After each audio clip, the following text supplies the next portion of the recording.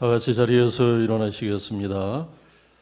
이제 마음을 모아서 부활절 후 첫 번째 주일 예배를 함께 하나님께 드리겠습니다.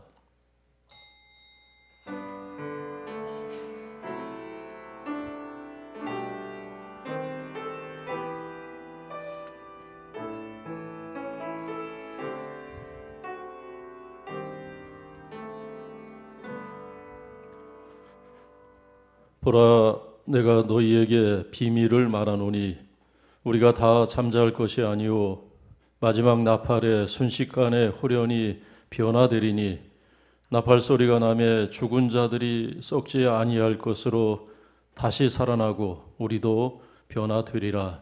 하나님은 영이시니 예배하는 자가 영과 진리로 예배할지니라. 아멘. 살아계신 하나님 아버지, 주님의 부활 후 첫 주 예배를 구별하여 드립니다. 이 시간 교회에서 예비하며 또 각 가정에서 성전을 그리워하며 드리는 성도들의 예배를 연락하여 주옵소서. 찬양과 기도와 헌신이 있는 곳마다 동일하게 주의 성령으로 임재하시되 충만하게 임재하여 주옵소서. 그리하여 주의 백성들이 위로를 받고 주님의 주신 그 은혜로 이 어려운 때를 믿음으로 이기게 하여 주옵소서. 우리와 같은 믿음 안에 있는 교회들과 분당 영진교회가 후원하는 선교지 가운데 주님의 임재, 주님의 평강이 넘치게 하여 주옵소서. 예수님의 이름으로 기원하옵나이다. 아멘. 찬송가 28장입니다.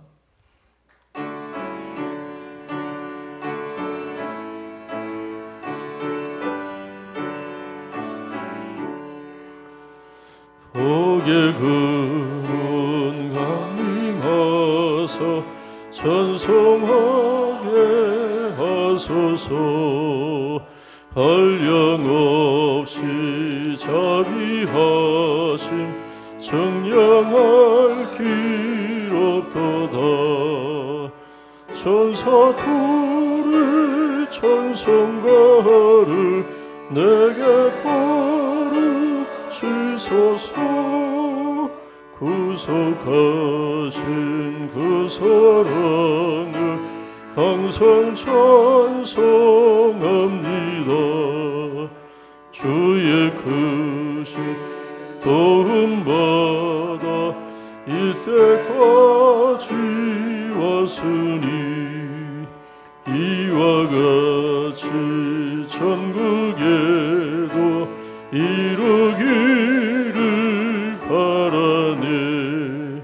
하나님의 품을 떠나 죄에 빠진 우리를 예수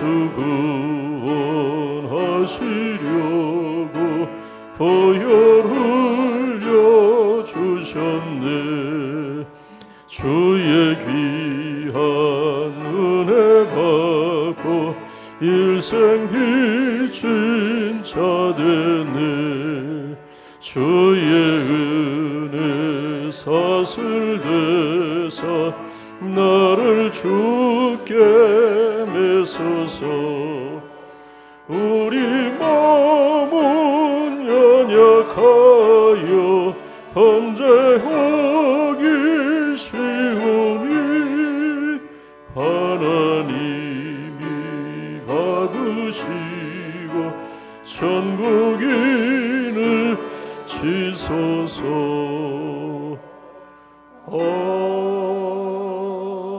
아멘. 이 시간에는 한 주간 우리가 살아온 삶을 되돌아보면서 우리의 잘못과 허물을 살아계신 하나님 앞에 고백하는 참회 기도를 함께 드립니다.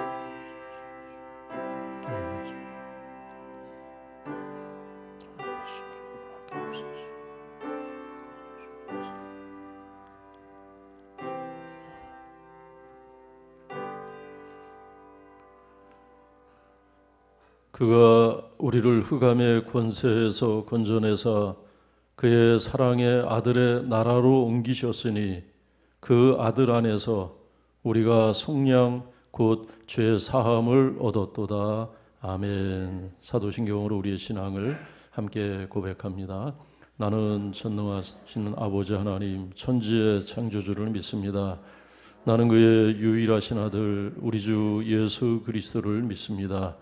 그는 성령으로 잉태되어 통정녀 마리아에게서 나시고 본디오 빌라도에게 고난을 받아 십자가에 못 박혀 죽으시고 장사된 지 사흘 만에 죽은 자 가운데서 다시 살아나셨으며 하늘에 오르시어 전능하신 아버지 하나님 우편에 앉아 계시다가 거기로부터 살아있는 자와 죽은 자를 심판하러 오십니다.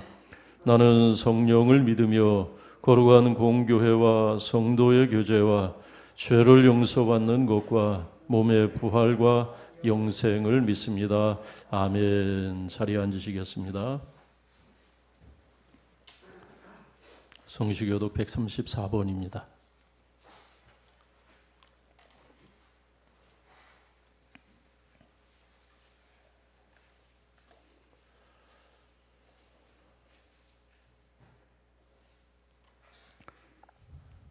내가 받은 것을 먼저 너희에게 전하였노니 이는 성경대로 그리스도께서 우리 죄를 위하여 죽으시고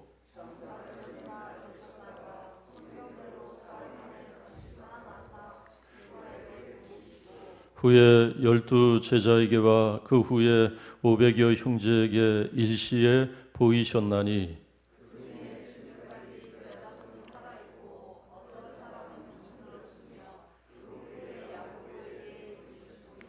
그 후에 모든 사도에게와 맨 나중에 만삭되지 못하여 난 자 같은 내게도 보이셨느니라.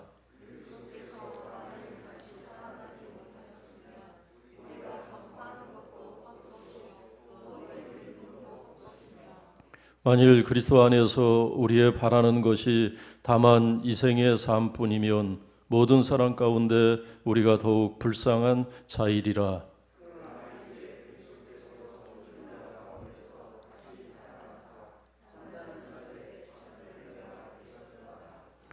아멘. 찬송가 159장입니다.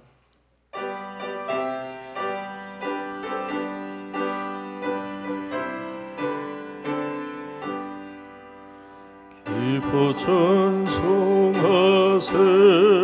주님 부활했네 그 모둠의 권세 다 깨뜨렸네 찬송하고 전파하세 대속하신 주님 할렐루야 찬송하세 다시 사셨도다 기뻐 찬송하세 밝은 빛이 왔네 그 어둠의 권세 다 이기셨네 찬송하고 전파하세 대속하신 주님 할렐루야 찬송하세 다시 사셨도다 기뻐 찬송하세 주님 피를 흘려 그 속량할 값을 다 치르셨네 찬송하고 전파하세 대속하신 주님 할렐루야 전하세 다시 사셨도다 기뻐 찬송하세 죄를 사해 주니 그 속죄할 은혜다 찬송하세 찬송하고 전파세 대속하신 주님 할렐루야 찬송하세 다시 3절 4절입니다. 3절 기뻐 찬송하세 주님 피를 흘려 그 속죄할 값을 다 치르셨네 찬송하고 전파세 대속하신 주님 할렐루야 찬송하세 다시 사셨도다 기뻐 찬송하세 죄를 사했으니 그 속죄한 은혜 다 찬송하세 찬송하세 대속하신 주님 할렐루야 찬송하세 다시 사셨도다.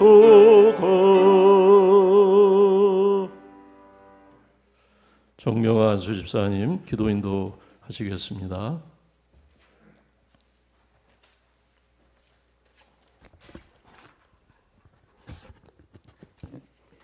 다 같이 기도드리겠습니다. 사랑이 무한하시고 긍휼이 풍성하신 하나님 아버지, 먼저 지금의 코로나 전염병을 보면서 하나님께서 죄 많은 인간들에게 경고하심을 깨닫고 먼저 나의 죄를 회개하여 하나님의 심판과 징계를 긍휼하시는 정으로 입히게 하옵소서. 너는 그들에게 말하라. 주 여호와의 말씀이니라. 나의 삶을 두고 맹세하노니 나는 악인이 죽는 것을 기뻐하지 아니하고 악인이 그의 길에서 돌이켜 떠나 사는 것을 기뻐하노라. 이스라엘 족속아 돌이키고 돌이키라. 너희 악한 길에서 떠나라. 어찌 죽고자 하느냐 하셨다 하라. 에스겔 33장 11절. 하나님 아버지, 먼저 우리 아버지, 할아버지 세대를 기억하게 하옵소서. 빼앗긴 나라에서 전쟁 중에서 일사각오로 죽을지언정 주님을 부인하지 않으시고 굶주림과 힘든 몸에서도 새벽부터 밤새워 기도하시던 믿음의 그로 인하여 하나님께서 축복받은 우리들은 믿음은 형식이요 세상을 쫓는 우상 속에서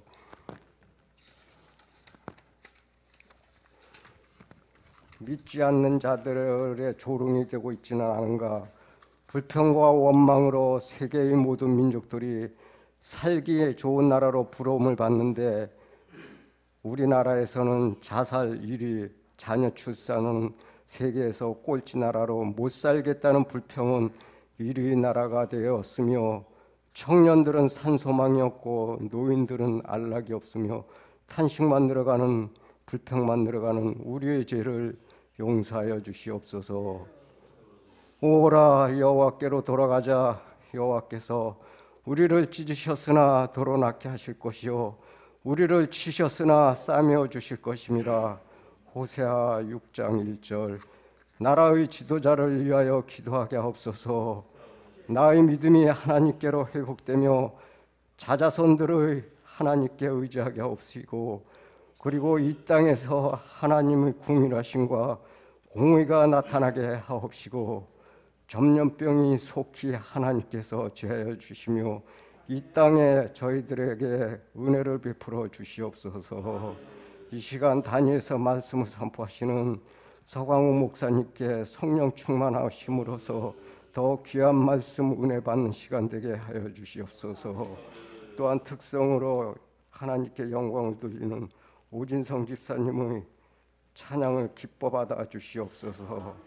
이 모든 말씀을 예수 그리스도의 이름으로 기도드립니다. 아멘.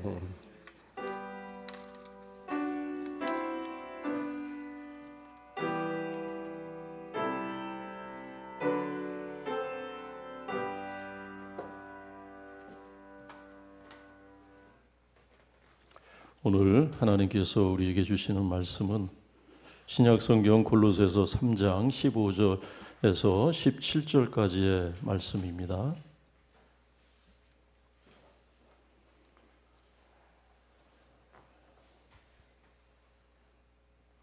함께 교독하여 읽겠습니다. 제가 먼저 읽습니다. 그리스도의 평강이 너희 마음을 주장하게 하라. 너희는 평강을 위하여 한 몸으로 부르심을 받았나니 너희는 또한 감사하는 자가 되라.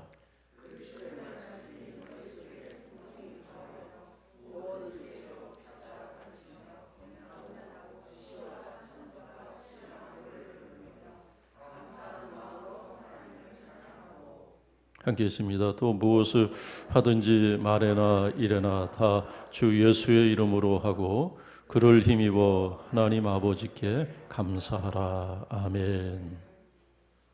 이 시간 오진성 한수 집사님께서 찬양하시겠습니다.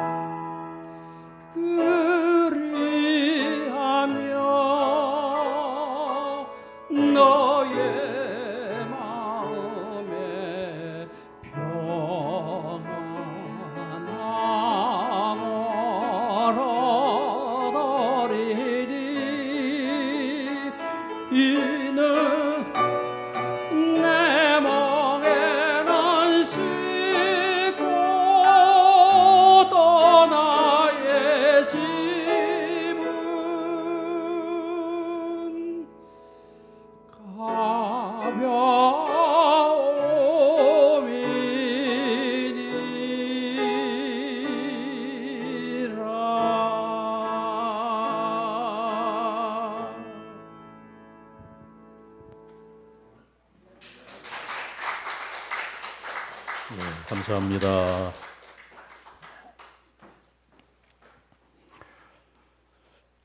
오래전에 개봉되었던 빠삐용이라는 영화가 있습니다. 1974년에 개봉이 되었으니까 꽤 오래된 영화이지만 다시 보아도 흥미진진하게 볼 수 있는 그런 명작이라고 할 수가 있습니다.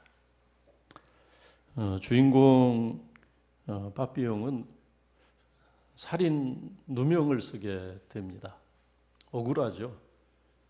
그래서 항변을 하고 나는 무죄라고, 나는 사람을 죽인 일이 없다고 그렇게 자기 무죄를 주장하지만 일단 경찰이나 검찰에서 죄가 있다고 그렇게 기소를 하면은 옛날이나 지금이나 그것을 그 누명을 벗기가 쉽지가 않습니다.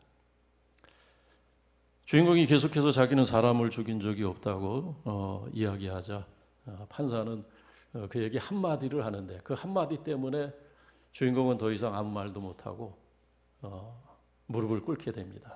판사가 빠삐용에게 던진 그 한마디가 뭐냐면 내가 사람을 죽이지 않았을 수는 있지만 그러나 너에게 죄가 있다는 거예요. 그럼에도 불구하고 너는 벌을 받아서 마땅한 죄가 있는데 그 죄가 뭐냐? 세월을 낭비한 죄다.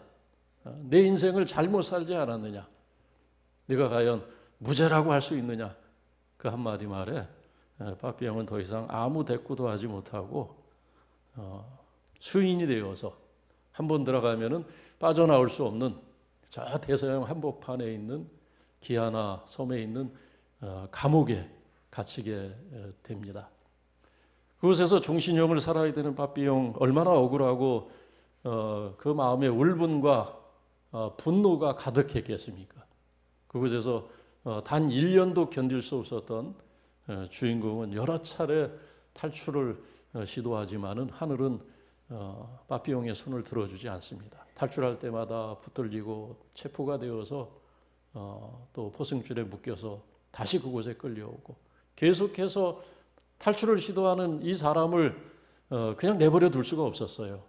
그래서 그 기아나 감옥보다도 더 열악하고 한 번 들어가면은 살아서 나올 수 없다고 하는 디아블 감옥이라고 하는 아주 그 당시에 악명 높았던 그런 곳에 수감이 됩니다. 그 감옥은 둘러보면 바다뿐이 보이지 않고 또 사면이 깎아지른 절벽이고 그리고 그 절벽 밑에는 시퍼런 바닷물이 출렁이고 그리고 사나운 상어떼가 득실거리는 그런 바다 한가운데 있는 그런 감옥입니다. 그곳에 갇히게 돼요. 완전히 세상으로부터 잊혀진 그런 존재가 되고 그리고 세상으로 나가는 길이 없는 그런 아주 세상으로부터 단절된 그런 곳이 그 디아블 감옥입니다. 그런데 이렇게 감옥이라고 하는 것이 세상으로부터 단절이 되고 또 차단이 된 곳인데 세상에 이런 감옥과 또 같은 또 다른 세상으로부터 단절된 그런 곳이 또 있습니다. 한번 들어가면은 나올 수가 없는 세상으로 나오는 문이 없는 그런 세계가 또 있는데 그것이 어떤 곳이냐면 바로 중세의 수도원이 그런 곳이었습니다. 중세의 수도원도 역시 감옥과 별반 다를 것이 없었어요. 그곳에 한번 들어가면 나오는 것이 쉽지가 않습니다. 아니 아예 한번 그곳에 들어가는 사람들은 나올 생각을 하지 않고 들어가는 거예요. 세상을 등지고 들어가는 것입니다. 완전히 세상 그야말로 요즘 유행하는 말처럼 셧다운입니다. 완전히 차단되는 거예요. 완전히 격리가 되는 거예요. 없어요. 나가는 길이. 가는 길도 없고 나오는 길도 없는 것이 중세의 수도원입니다. 중세의 수도원 가운데 가장 오래된 수도원이 6세기에 지어졌던 캐서린 수도원이 있는데 저 이집트의 동북부 사막 한가운데 지금도 있어요. 지금도 성지순례 가면은 시내산을 가고 그 다음 날은 반드시 그 캐서린 수도원을 갑니다. 지금도 건물이 멀쩡하게 서 있어요. 그 1400년의 유구한 역사, 그 역사를 견디고 그 건물이 지금도 서 있어요. 얼마나 대단합니까? 1400년을 견딘 거예요.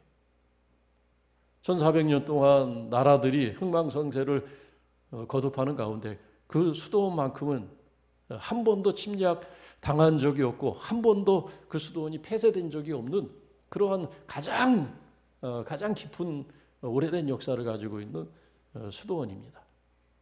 그런데 그 수도원이 이슬람 세력이 밀려올 때도 그 수도원이 건재할 수 있었던 것, 무너지지 않고 거기 그대로 남아있을 수 있었던 것은 어떻게 보면은 완전히 사막 한가운데 고립된 채 있었기 때문에 가능했을 것입니다. 저 도시 한가운데 있었다면은 사람들의 왕래가 많은 곳에 그 수도원이 세워져 있었다면 그렇게 오랜 세월을 견딜 수 있었을까? 제국이 흥망성쇠를 거듭하는 가운데 그 수도원이 남아있을 수 있었겠습니까? 사막 한가운데 있었기 때문에 그곳으로 가는 길도 없고 그곳에서 나오는 길도 없는 그런 고립된 곳에 있었기 때문에 그 수도원은 세월을 이길 수가 있었던 것입니다. 수도사가 그 수도원에서 사는 것이 더 이상 힘들고 마음에 들지 않아서 그것을 마치 탈출하듯이 담을 넘어서 나와도 살아날 가능성이 거의 제로예요. 너무 뜨거워요. 그곳에서 나오면. 설사 물이 있더라도 며칠을 견디지 못할 만큼 가도 걸어가도 지금이야 버스를 타고 차를 타고 갈 수가 있지만은 걸어서 아무리 걸어서 나와도 세상에 닿을 수 없는 곳에 위치해 있는 것이 이 중세의 수도원들입니다. 저 그리스도 메테오라라는 도시에 가면은 그곳에 가면은 또 경이롭고 아주 대단한 수도원들이 있어요. 메테오라의 수도원을 보면은 어느 곳에 수도원이 세워져 있냐면은 절벽 위에 세워져 있습니다. 절벽 위에. 그야말로 수직으로 깎아지른 듯한 그런 곳에 하늘에 매달린 것 같아요. 수도원들이 다 보면은. 놀랍죠. 경이로움을 느낍니다. 도대체 저곳에 어떻게 그 옛날에 수도원을 세울 수 있었을까? 또 중세의 수도사들은 어떻게 저곳에 올라갈 수 있었을까? 내려오는 길이 없어요. 요즘 유명한 그런 김자인 같은 클라이머가 도전해도 쉽지 않은 그런 정말 직벽 위에 수도원이 세워져 있습니다. 그곳에 가는 사람들은 세상을 등지고 가는 거예요. 그곳에서 나오겠다는 생각을 가지 않고는 갈 수 없는 그런 완전히 세상으로부터 차단된 곳이 그곳입니다. 그래서 이 메테오라라는 뜻이 뭐냐면 그 도시의 이름이 메테오라인데 그 수도원이 많아서 메테오라라는 이름이 지어진 겁니다. 메테오라라는 뜻은 하늘에 떠 있다 그런 뜻이. 집들이 하늘에 떠 있어요. 정말 하늘에 떠 있는 것 같아요. 구름이라도 끼면은 그 수도원들이 보이는 것이 마치 구름 위에 떠 있는 그런 집들처럼 그렇게 보입니다. 그래서 메테오라 그렇게 그 지명을 불리게 되었습니다. 서두에서 감옥과 수도원에 대해서 말씀을 드리는 것은 이 두 세계가 공통점이 있고 또 결정적인 중요한 차이점이 있는데 그 차이점이 오늘 본문의 말씀과 아주 밀접한 관계가 있기 때문입니다. 먼저 감옥과 이 수도원의 공통점을 먼저 살펴보면은 먼저 중요한 공통점이 있죠. 어떤 것이겠습니까? 금방 그 공통점이 상상이 되실 겁니다. 두 세계가 다 세상으로부터 단절된 곳입니다.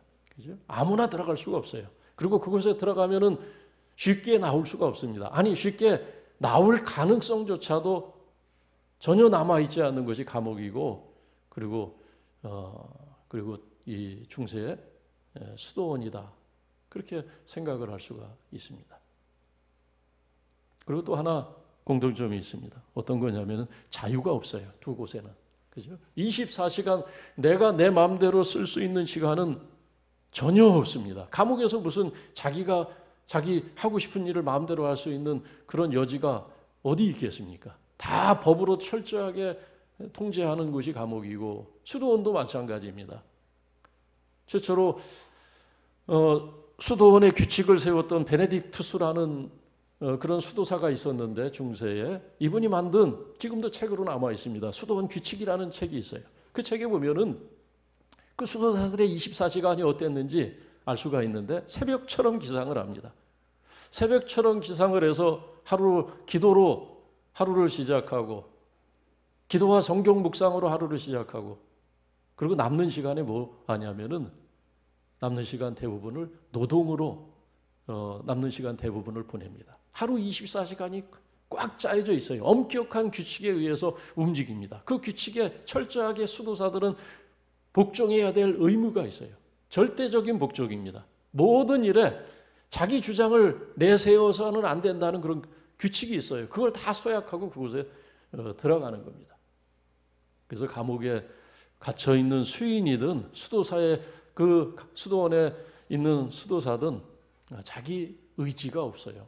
자기 주장을 할 수도 없고 정해진 규칙에 따라서 매 시간을 보내야 하는 것이 이 두 세계의 공통점이라고 할 수가 있습니다. 그런데 이러한 공통점이 있지만 그것보다도 더 큰 중요한 차이점이 하나 있습니다. 그것이 무엇이겠습니까? 어떤 차이점이 있겠습니까? 아마 그 차이점이 상상이 되실 겁니다. 그 차이점은 뭐냐면 결정적인 차이점이 하나 있는데 그 결정적인 차이점이 감옥이 감옥되게 하고 그리고 수도원이 수도원되게 하는 것입니다. 그것은 뭐냐면 바로 감사입니다. 수도원과 감옥의 차이는 감사에 있어요. 여러분 감옥에 무슨 감사가 있겠습니까? 감옥에는 감사하는 사람이 그곳에는 없어요. 다 억울함을 호소하는 사람들이 있는 것이 감옥입니다. 원망하는 사람들이 있는 것이 감옥입니다. 세상을 원망하고 판사를 원망하고 자기가 부당한 대우를 받았다고 그렇게 분노하고 울분을 느끼는 사람들은 있을 수 있지만은 감옥에서 감사하는 것은 자연스럽지가 않습니다. 그런 사람은 많지가 않습니다. 그런데 수도원은 어떻습니까? 수도원에 가는 수도사들은 강제로 끌려가는 것이 아닙니다. 수도원에 가는 그 어려운 곳에 자원해서 가는 사람들은 하나같이 하나님을 갈망하는 사람들입니다. 스스로 그 길을 선택해서 걸어간 것입니다. 스스로 선택한 것이 아니라 하나님께서 자신을 부르신다는 그 소명을 받고 그 소명에 응답하여서 스스로 그곳에 걸어 들어갔던 사람들입니다. 그래서 감사가 있어요. 새벽부터 일어나서 기도하는 것도 감사로 하고 찬양하는 것도 감사로 하고 예배하는 것도 감사로 하고 그리고 심지어 하루 종일 고된 노동을 해도 그 일을 감사로 할 수 있는 사람들이 수도사였습니다.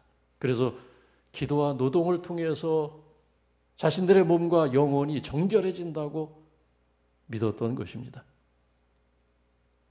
어떤 설교자는 기독교인과 비기독교인의 차이는 감사에 있다라고 설교를 하였습니다. 감사에 있다는 거예요.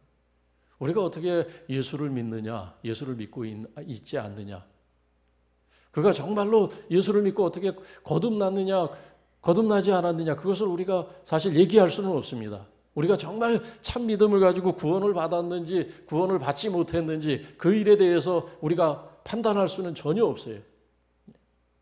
할 수도 없고 또 해서도 안 되는 문제입니다. 왜냐하면 그것은 하나님께서 하시는 일이기 때문에 하나님께 하신 일을 우리가 됐느니 말했느니 하는 그것은 우리의 한계를 뛰어넘는 그런 일이라고 할 수가 있습니다. 그럼에도 불구하고 짐작은 우리가 속으로 할 수 있지 않겠습니까? 정말 우리가 예수를 정말 바로 믿고 있는지, 우리가 정말 예수를 그리스도로 믿고 그러므로서 그 믿음으로 말미암아 하나님께서 우리에게 약속하신 은혜와 구원을 우리가 붙들고 살아가고 있는지, 나 자신에 대해서, 남은 관두고 나 자신에 대해서 우리가 진단할 수 있는 기준이 하나 있다고 하면, 굳이 그것을 얘기해야 된다고 하면 그 기준은 딱 하나입니다. 가장 정확한 기준이 그거입니다. 뭡니까? 바로 감사입니다. 감사하는 것. 우리가 살아가는 이 삶에 대해서, 우리가 마주하는 세상에 대해서 우리가 어떻게 해석하느냐, 어떠한 눈으로 바라보느냐, 내가 예수를 믿는다는 것이 어떤 의미이고 그것 때문에 내가 세상을 어떻게 바라보고 어떠한 눈으로 바라보느냐. 내 의지가 살아서 세상을 바라보는 것과 내가 예수 그리스도를 믿는 그 믿음 안에서 세상을 바라보는 것의 차이는 너무나 큰 것입니다. 그 차이가 어디에 있느냐? 감사하느냐 감사하지 않느냐에 있다는 것입니다. 우리가 만일 하나님의 은혜를 안다면 죄인을 의인 삼으시고 또 성경의 말씀처럼 가난한 자를 부욕해 하시고 약한 자를 강하게 하시는 낮은 자를 높여주시는 그 하나님의 은혜를 우리가 조금이라도 손톱만큼이라도 1000분의 1, 10,000분의 1이라도 우리가 경험하고 그 은혜를 맛보았다면 우리는 내 삶에 대해서 또 세상에서 일어나는 일 속에서 우리는 감사를 찾을 수 있어야 합니다. 설사 내 뜻이 꺾이고 또 내가 소중하다고 느끼는 나의 가치들이 다 폐기 처분되는 것 같은 세상을 우리가 살아간다고 할지라도 거기에서 우리는 거기 하나님이 계신 것을 바라보고 그곳에서 하나님께서 섭리하시는 것을 깨달아 아는 마음으로 감사할 수 있어야 하는 것입니다. 지난주 금요일 우리가 묵상한 말씀이 매일 성경 묵상한 말씀이 에스겔서 34장의 말씀이었습니다. 여러분 에스겔서 34장 말씀을 읽으면서 기억나는 말씀이나 기억나는 구절이 어떤 말씀이 있었는지 모르겠습니다. 나라가 망했어요. 유다가 망하지 않았습니까? 예루살렘이 무너졌습니다. 수도가 무너졌어요. 바벨론, 그 갈대아 사람들이 와서 나라를 엉망진창으로 만들어놨습니다. 고관들이 끌려가고 왕이 포승줄에 묻혀서 끌려가고 유망한 청년들이 굴비처럼 포승줄에 묶여서 다 바벨론으로 끌려갔습니다. 약한 사람들만 예루살렘에 남았고 유다 땅에 남았어요. 저 북왕국 이스라엘은 이미 멸망한 지 오래전 일이었습니다. 미래가 없어졌어요. 미래가 없어졌다고 그렇게 뜻있는 사람들은 하나같이 생각을 합니다. 하나님이 유다 백성들을 버렸다고 생각했습니다. 하나님이 예루살렘에서 떠나셨다고 생각했어요. 그래서 아무도 꿈을 꾸지 못하고 아무도 소망을 보지 못하였습니다. 설상가상으로 그 틈을 이용해서 에돔 백성들은 그 유다 땅에 들어와서 그 땅을 자신들의 것이라고 자신들의 기업이라고 그렇게 주장하면서 유다 백성들을 조롱하고 그리고 유다 백성들이 섬겼던 여호와를 비방하는 교만한 말들을 쏟아내지 않았습니까? 34장이 그 기록이 되어 있어요. 이때 이스라엘 백성들이 느꼈던 그 절망감과 상실감은 우리가 생각하는 것 이상이었을 것입니다. 그러지 않았겠어요? 우리가 경험하지 못한 것을 그 백성들은 경험했던 것입니다. 아니 우리 조상들이 과거에 경험했던 그것 이상의 그런 큰 절망감과 상실감이 그 땅에 가득했던 것입니다. 하나님이 우리를 버렸다는 생각, 그것이 더 그들을 괴롭게 했던 그런 고통이었습니다. 그런데 이때 하나님께서 유다 백성들에게 어떤 말씀을 하셨습니까? 에스겔을 통해서 선지자 에스겔의 입을 통해서 하나님께서 유다 백성들에게 주신 말씀이 하나 있는데 저는 그 말씀이 제 마음속에 이번 한 주간 동안 제 마음속에 깊이 남아 있습니다. 34장 10절의 말씀이었습니다. 어떤 말씀입니까? 그 말씀이 하나님께서 어떤 말씀을 주셨냐면은 여호와께서 거기 계셨느니라. 여호와께서 거기 계셨느니라. 바벨론 군대가 쳐들어오고 예루살렘 성이 무너지고 유다 백성들이 고목처럼 쓰러져 나갈 때 그런데 하나님께서 거기 계셨다는 거예요. 유다 백성들은 하나님께서 예루살렘에서 떠나셨다고 생각을 했는데 에돔 백성들이 그 땅을 차지하고 이 땅이 자신들의 기업이라고 그렇게 주장하면서 남은 백성들을 학대할 때 그때 하나님은 더 이상 살아계시지 않는다고, 이스라엘 하나님은 더 이상 세상에 존재하지 않는 그런 신이라고 생각을 했는데 하나님께서 뭐라고 말씀하시냐면 내가 거기 있었다는 거예요. 너희가 고통당할 때 내가 거기 있었다. 에돔 백성들이 너희를 학대할 때 내가 거기 있었고 내가 보았고 내가 들었다. 그렇게 하나님께서 말씀하세요. 하나님이 그렇게 하면 내가 보았다는 거예요. 너희가 당하는 고통을 보았고, 그리고 이방 백성들이 교만히 떠벌리는 말들을 내가 하나하나 다 들었다. 그렇게 말씀을 하시지 않습니까? 거기 계셨다는 거예요. 거기. 우리가 실패할 때 거기 계셨다. 우리가 아픔을 당할 때 거기 계셨다는 거예요. 그래서 우리가 실패했을 때 우리는 하나님이 나와 멀리 계시다. 나로부터 하나님은 떨어져 계신다. 내가 병들고 아플 때 마치 하나님이 없는 것 같은 생각 때문에 더 우리는 힘들어할 때가 있지만, 근데 하나님은 말씀을 하세요. 거기 하나님이 계시다는 거예요. 때로 우리가 겪는 아픔과 상실, 그리고 때로는 패배, 그 속에 오히려 그것은 하나님이 안 계시기 때문이 아니라 하나님이 거기 계심을 우리에게 알게 하기 위해서, 하나님이 살아계심을 알게 하기 위해서, 그리고 우리가 하나님을 온전히 신뢰하며 하나님을 온전히 의지하는 법을 우리로 하여금 학습하도록 하나님이 그런 일들을 통해서 우리에게 역사하시는 것을 우리가 안다면 그때도 우리는 범사에 감사할 수 있는 참 믿음을 붙들게 되는 것입니다. 지난주 우리는 부활절을 지켰습니다. 예수님께서 부활하신 것을 믿는다는 것, 하나님께서 예수 그리스도를 죽은 자 가운데서 일으키셨다는 것을 믿는다는 것, 그것은 어떤 의미가 있겠습니까? 그것은 무슨 뜻이겠습니까? 내가 예수를 믿는다는 것, 그가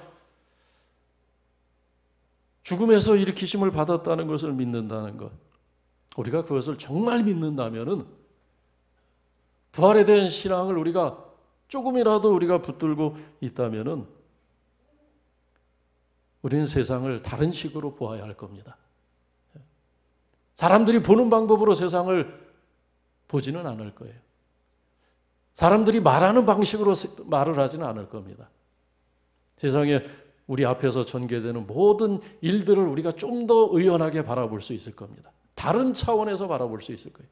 사람들이 절망할 때 절망하고, 사람들이 기뻐할 때 함께 가볍게 기뻐하면서 그렇게 움직이지는 않을 겁니다. 예수 그리스도를 믿는다는 것은 그것은 아주 특별한 것입니다. 모든 일들 가운데서 거기 계신 하나님, 내가 바라던 일이 일어나든 내가 바라지 않는 일이 일어나든 내가 바란 일이 일어나지 않는 순간에도 거기 계신 하나님을 바라보는 그 눈이 띄어지게 되는 것입니다.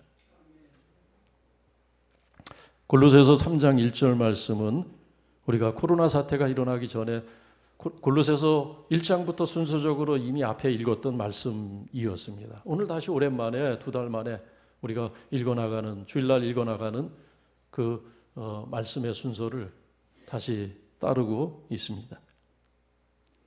1절 말씀이 뭐냐면은, 그러므로 너희가 그리스도와 함께 다시 살리심을 받았으면 위의 것을 찾으라 라는 말씀입니다. 너희가 그리스도와 함께 다시 살리심을 받았으면, 너희가 예수 그리스도가 다시 사신 것, 다시 살리심을 받은 것, 그것을 믿고, 그리고 그와 더불어 우리도 부활에 참여할 것을 너희가 진정으로 믿는다면 위의 것을 찾으라는 거예요. 하늘의 소망을 두고 살라는 겁니다. 영원한 소망을 붙들고 살라는 겁니다. 세상 사람들이 말하는 그 소망으로 살지 말고, 정치인들이 얘기하는 그 소망으로 살지 말고, 어떤 사람들이 주장하는 그 가치로 살지 말고 하늘의 소망을 두고 세상을 살아야 된다 말씀합니다. 이 1절의 말씀은 골로새서 3장 1절의 말씀은 3장 전체의 모든 구절에 걸리는 조건절이라고 할 수가 있어요. 너희가 예수 그리스도를 믿는다면, 그가 부활하신 것을 믿는다면 하늘의 소망을 두고 살아라. 그리고 그것을 정말 믿는다면 오늘 15절 말씀도 여기 다 걸리는 겁니다. 16절, 17절 말씀도 다 걸리는 거예요. 너희가 정말 예수 그리스도의 부활, 그리고 너희 자신의 부활을 믿는다면 너희는 그리스도의 평강이 너희 마음을 주장하게 하고 너희는 감사하는 자가 되라. 15절, 16절, 17절 말씀에서 계속해서 강조하는 것, 동일하게 강조하는 것은 뭐냐면 감사입니다. 감사하라, 감사하라. 아버지께 감사하라. 감사가 중요하다고 말씀합니다. 감사하라는 거예요. 정말 예수 그리스도를 믿는다면, 우리가 그와 함께 다시 믿음 안에서 하나님께서 우리를 살리시는 것을 믿는다면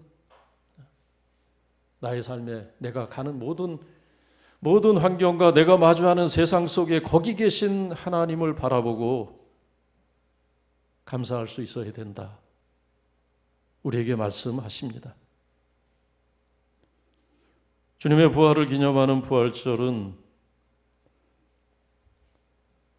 1년 52주 가운데 한 주 기념하고 끝내기에는 너무 큰 사건이라고 할 수가 있습니다. 여러분 생각해 보세요. 예수님의 부활이 얼마나 중요한 사건이었습니까? 예수님의 부활로 모든 게 변했어요. 세상이 달라졌습니다. 우리가 제자들이 흐릿하게 보던 것이 분명해졌고, 제자들이 볼 수 없었던 그런 하나님의 나라가 세상에 임하는 그런 첫 시작이 됐던 것이 예수님의 부활이었습니다. 부활 때문에 예수님의 제자들이 변화되고 거듭나고 중생하고 저들이 구원을 받지 않습니까? 그 전에는 저들은 아무것도 아니었어요. 예수님께서 말씀하시나 그 말씀을 이해하지 못했고, 예수님께서 보여주시고 했으나 저들은 보지 못했습니다. 예수님 부활하시고 나서야 저들의 눈이 열렸고 귀가 열렸고 주님의 말씀을 하나하나 깨닫고 그 말씀에 자신의 인생을 걸게 됩니다. 세상이 바뀌었어요. 교회가 세워졌습니다. 주님의 말씀처럼 주님의 몸된 교회가 예루살렘에 세워졌고 사마리아에 세워졌고 고린도에 세워졌고 빌립보에, 그리고 골로새 도시마다 주님의 몸된 교회가 세워졌습니다. 예수 그리스도의 부활은 우리가 살아가는 삶에 있어서 마르지 않는 영적인 에너지다. 그렇게 생각을 할 수 있어요. 방전되지 않는 에너지입니다. 예수 그리스도의 부활은. 우리가 살아가는 세상에서 모든 일에 감사가 가능하게 하는 영적인 동력이 주님의 부활 사건입니다. 모든 상황에 거기 계신 하나님을 우리가 바라보게 하고 세상을 감사로 해석하게 하는 영적인 그런 에너지가 바로 예수 그리스도의 부활 사건입니다.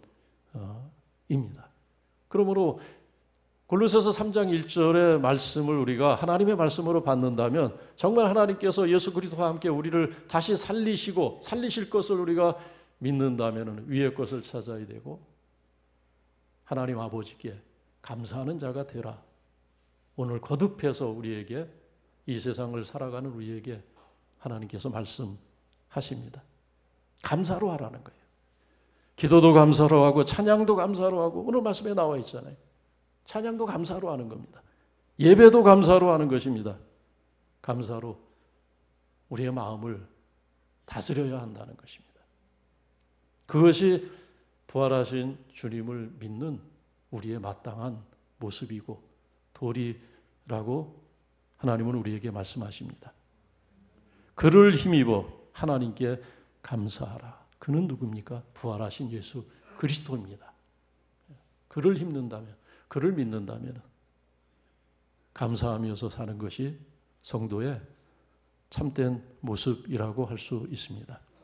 그를 힘입어 하나님께 감사하라. 우리를 향하신 주님의 말씀 붙들고 이번 한 주도 승리하시기를 주의 이름으로 축원합니다. 기도하겠습니다. 살아계신 하나님 아버지, 주께 순종하는 이들만이 감사할 수 있고 우리를 죄에서 구원하시고 어둠에서 빛으로 인도하신 그 은혜를 아는 자만이 감사할 수 있음을 깨닫게 하여 주옵소서. 예수 그리스도의 다시 사심을 믿는 자만이 내가 선 그 자리에 계신 하나님을, 살아계신 하나님을 볼 수 있음을 깨닫게 하여 주옵소서. 오늘 주신 말씀 그를 힘입어 하나님께 감사하는 자가 되라. 이 말씀으로 이번 한 주도 승리하게 하여 주옵소서. 예수님의 이름으로 기도드리옵나이다. 아멘. 찬송가 597장입니다.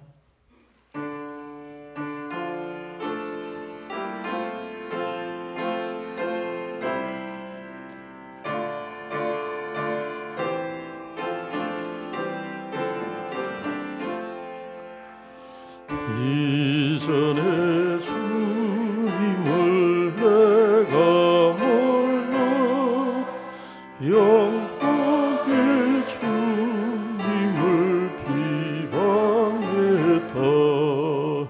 지극한 그 은혜 내게 넘쳐 널 불러주시니 고마워라. 나 받은 달란트 얼마만고 나에서 그것을 남기어서 갑절로 주님께 바치오며 충성된 종이라 상 주시리. 전하고 무능한 나에게도 귀중한 직분을 맡기셨다. 내 고맙고 고마워라. 이 생명 바쳐서 충성하리. 많은 일들이 하도 적어 큰 열매는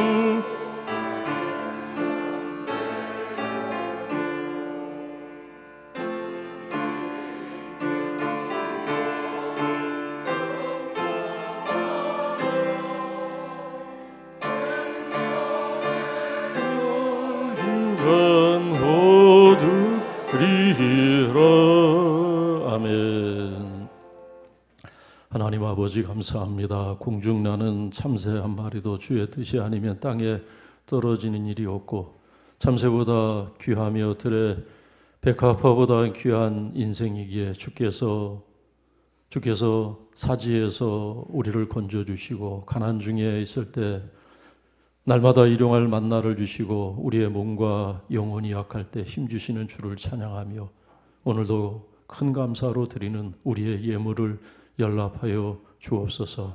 우리가 걷는 길마다 내가 거기 있었느니라 주께서 말씀하시는 그 말씀에 힘을 얻고 이번 한 주도 감사로 시작하고 감사로 마무리하는 복된 한 주가 되게 하여 주옵소서. 예배와 헌신으로 한 주간을 시작하는 성도들의 삶에 세상이 빼앗지 못하는 그리스도 예수의 평강이 있는 한 주간 되기를 원합니다. 주님 우리의 삶을 주장하여 주옵소서. 예수님의 이름으로 기도드리옵나이다. 아멘. 교회 소식 주보 참고하시면 되겠습니다. 오늘은 예수님의 부활절 후 첫 주 예배를 우리가 드리고 있습니다. 이번 한 주도 부활하신 예수 그리스도 그 은혜와 능력으로 한 주간 승리하시기를 바랍니다. 3번입니다. 우리 목장별 정오 기도회 온라인상에서 하는 정오 기도회 계속해서 나라를 위해서, 한국 교회를 위해서 계속 요일별로 이번 한 주도 잘 감당하시기를 바랍니다. 4번입니다. 목장별 모임과 말씀 나눔, 매일 성경 순서를 따라서 진행하면 되겠습니다. 개인적으로 더 읽는 성경이나 또 개인적으로 묵상한 말씀들은 우리가 목장 모임에서 가급적 자제하시고 우리가 매일 성경에 집중해서 그렇게 해주시면 되겠습니다. 성경을 많이 읽는 것이 중요한 것이 아니고 한 말씀 한 말씀이라도 우리가 바로 깨닫고 그 말씀에 순종하는 것이 더 중요한 일 아니겠습니까? 그래서 개인적으로 읽고 하는 것들은 굳이 단톡방에 올리거나 단톡방에 또 그렇게 보고를 안 하셔도 되겠습니다. 매일 성경 중심으로 그렇게 하시는 것이 전체적으로 유익하겠다 말씀을 드립니다. 지난주 광고 드린 것처럼 미자립 교회 돕기 당의 결의를 했는데 또 성도님들께 광고로 말씀을 드렸는데 그렇게 집행을 하도록 하겠습니다. 6번입니다. 우리 영진교회는 코로나19 확산을 막기 위해서 지자체와 정부가 강조하는 종교활동 8대 수칙을 준수하고 있는 것 말씀을 드립니다. 어제도 또 방역을 잘 해주셨습니다. 그리고 오늘 임시당회가 있습니다. 임시당회에서는 미자립 교회 돕기 대상교회 심의와 또 예배 정상화 시기를 논의할 예정입니다. 아마 정부에서 오늘 발표가 있는 것 같아요. 그동안 아주 엄격한 사회적 거리 두기를 실천해 왔는데 또 강조를 그것을 정부에서 꾸준히 했는데 아마 오늘 기준으로 해서 지침이 좀 바뀌지 않을까. 정부 방침, 변경된 방침이 오늘 발표가 될 것이라는 뉴스를 어제 들었던 기억이 있습니다. 그래서 사회적 거리 두기에서 생활 방역으로 이 생활 방역이 뭔가 좀 막연하기도 한데 아마 이 정상적인 경제 활동과 정상적인 생활을 하면서 우리가 방역을 또 챙기는 그 두 가지를 다 이제 강조하는 그런 분위기로 가지 않을까 그렇게 생각이 됩니다. 감사하게도 새로운 신규 확진자가 이제 10명대로 떨어지지 않았습니까? 그래서 아마 지침이 좀 오늘 중으로 새로운 발표가 있지 않을까. 그럼 거기에 따라서 우리가 어떻게 예배를 다시 또 정상화할지 오늘 당의 결의를 통해서 차후에 광고를 드리도록 그렇게 하겠습니다. 인사하시겠습니다. 이렇게 돌아보시면서 눈 인사로 목례로 인사하시겠습니다. 은혜입니다. 감사합니다. 사랑합니다. 다 같이 자리에서 일어나시겠습니다. 일어나셔서 함께 교회와 나라를 위한 기도, 공동 기도문 함께 읽으면서 기도하겠습니다. 같이 읽습니다. 시작. 구원과 은혜의 하나님, 부활절 후 첫 번 주일을 맞아 다시 예수 그리스도의 부활을 기념하며 부활의 소망을 굳게 붙잡고 남은 한 해 동안 승리하게 하옵소서. 세상이 어려울 때에 믿음, 소망, 사랑 이 세 가지를 항상 붙잡게 하옵소서. 역사를 주관하시는 하나님, 총선을 통해서 당선된 국회의원들이 선한 국민관이 되어 이 나라 경제를 살리고 국민의 근심을 덜어 평안케 하는 일에 하나가 되게 하옵소서. 총선의 결과를 보며 좌절하는 이들이 있습니다. 총선의 결과를 보며 자축하는 이들이 있습니다. 이제 모두가 하나가 되어 더 나은 미래를 열어가게 하옵소서. 교회의 머리가 되시는 주님, 코로나19로 인하여 어려움 당한 자영업자들과 실직자들, 청년 구직자들을 긍휼히 여기사 주의 은혜가 나타나게 하옵소서. 미자립 교회에 필요한 만나가 날마다 공급되게 하옵소서. 예수 그리스도의 이름으로 기도드립니다. 아멘. 찬송가 635장입니다.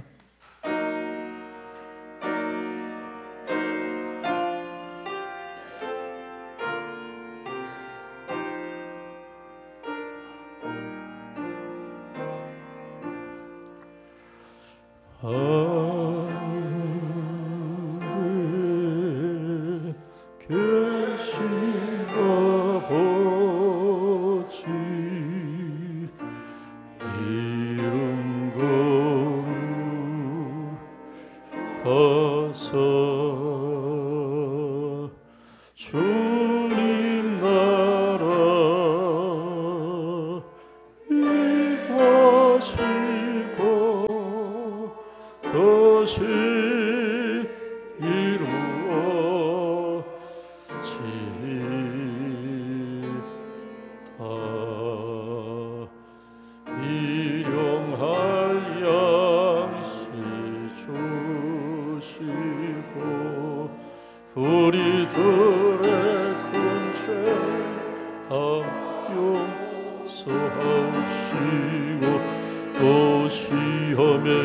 들게 마시고 악에서 구원하소서. 대개 주의 나라 주의 권세 주의 영광